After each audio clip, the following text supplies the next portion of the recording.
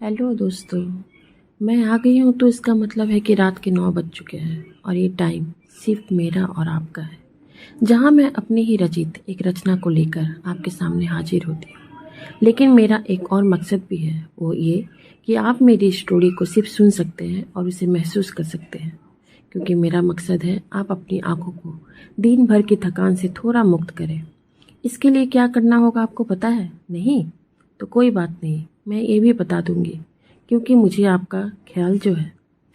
तो आपको इसके लिए करना होगा अपने कमरे के लाइट को ऑफ, फिर आप अपने मोबाइल को अपने से थोड़ा सा दूर कीजिए, लेकिन उसके पहले मेरी चैनल की ऑडियो स्टोरी को ज़रूर स्टार्ट कर दीजिएगा और साथ ही साथ अपनी आँखों को बंद कर दीजिएगा, जिससे कि आपकी आँखों को मिल सके आराम और मैं आपको लेकर जाऊंगी कहानियों के शहर में।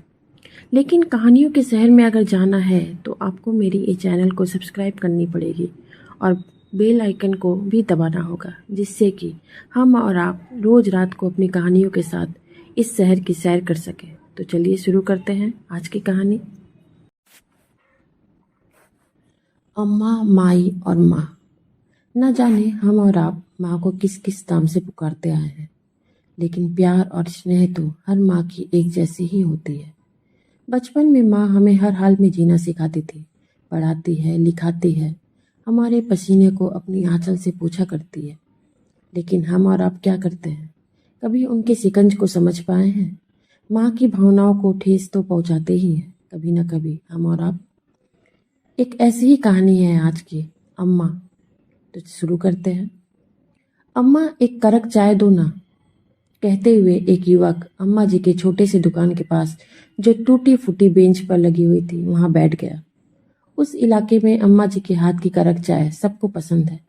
अम्मा जी को बस दुकान खोलने की देर होती है, ऊपर वाली की दया से ग्राहकों की भीड़ होने में देर नहीं लगती।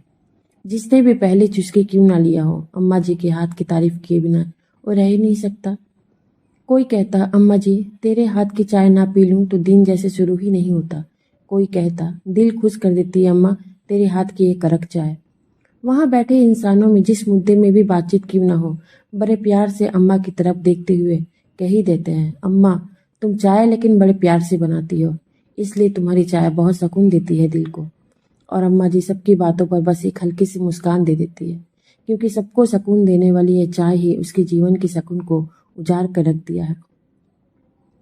कच्ची उम्र की थी जब वो ब्याह कर आए थे। उसके पति की यह दुकान से उसका गुजारा होता था। इस छोटे सी दुकान ही उसकी सब कुछ थी। बड़ी मन्नतों के बाद शादी के कुछ साल बाद उसका बेटा हुआ था।